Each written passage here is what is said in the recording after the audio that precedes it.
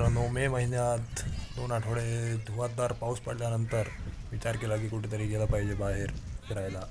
तर मी गेलो पालघर जिल्ह्यात शेरगाव बीचला. तसं म्हटलं तर मला 3 बीचेस कवर करायचे होते, पण ते काही मला जमलं नाही कारण की खूप दमलो होतो मी.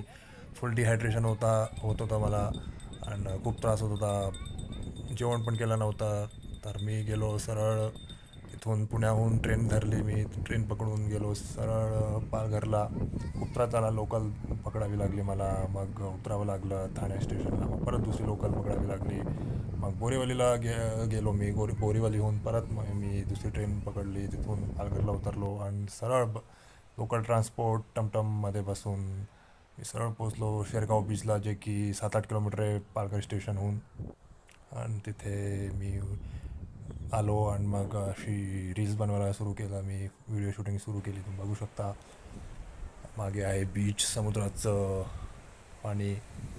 आत्ता वाजले होते काहीतरी 4 किंवा 5 वाजले होते. 4-5ची वेळ ही. खूप ऊन पडलं होतं. मी गॉगल लावलेला, मधून गॉगल काढला पण. मग असं तुम्ही दृश्य बघू शकता. मागे बीच आहे, नारळाचे झाड आहे, लोक पण गर्दी करत आहेत.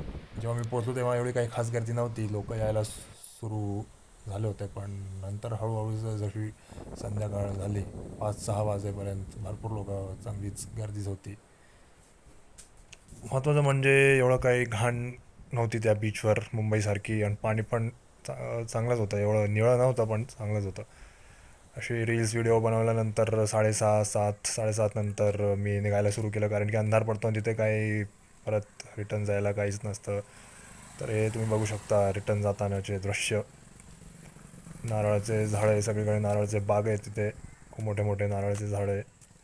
आणि गाव आहे, प्रॉपर गाव आहे. तुम्हाला काहीच भेटणार नाही. स्वतःचं जर तुम्ही कन्व्हिनियन्स तुमच्याकडे असेल, कार असेल, बाईक असेल, तरच चांगलं आहे तिथे, कारण की तिथे रिक्षा पण मिळत नाही. तुम्हाला 4-5 किलोमीटर चालत यावं लागेल. मग तुम्हाला प्रॉपर ट्रान्सपोर्ट पालघर शहरात जेव्हा तुम्ही याल तेव्हा तुम्हाला काहीतरी भेटेल. हे तुम्ही बघू शकता नारळाचे झाड. मी पण पहिल्यांदाच गेलेलो येते. काहीच आयडिया नव्हता मला कुठे कसं जायचं, काय भेटणार.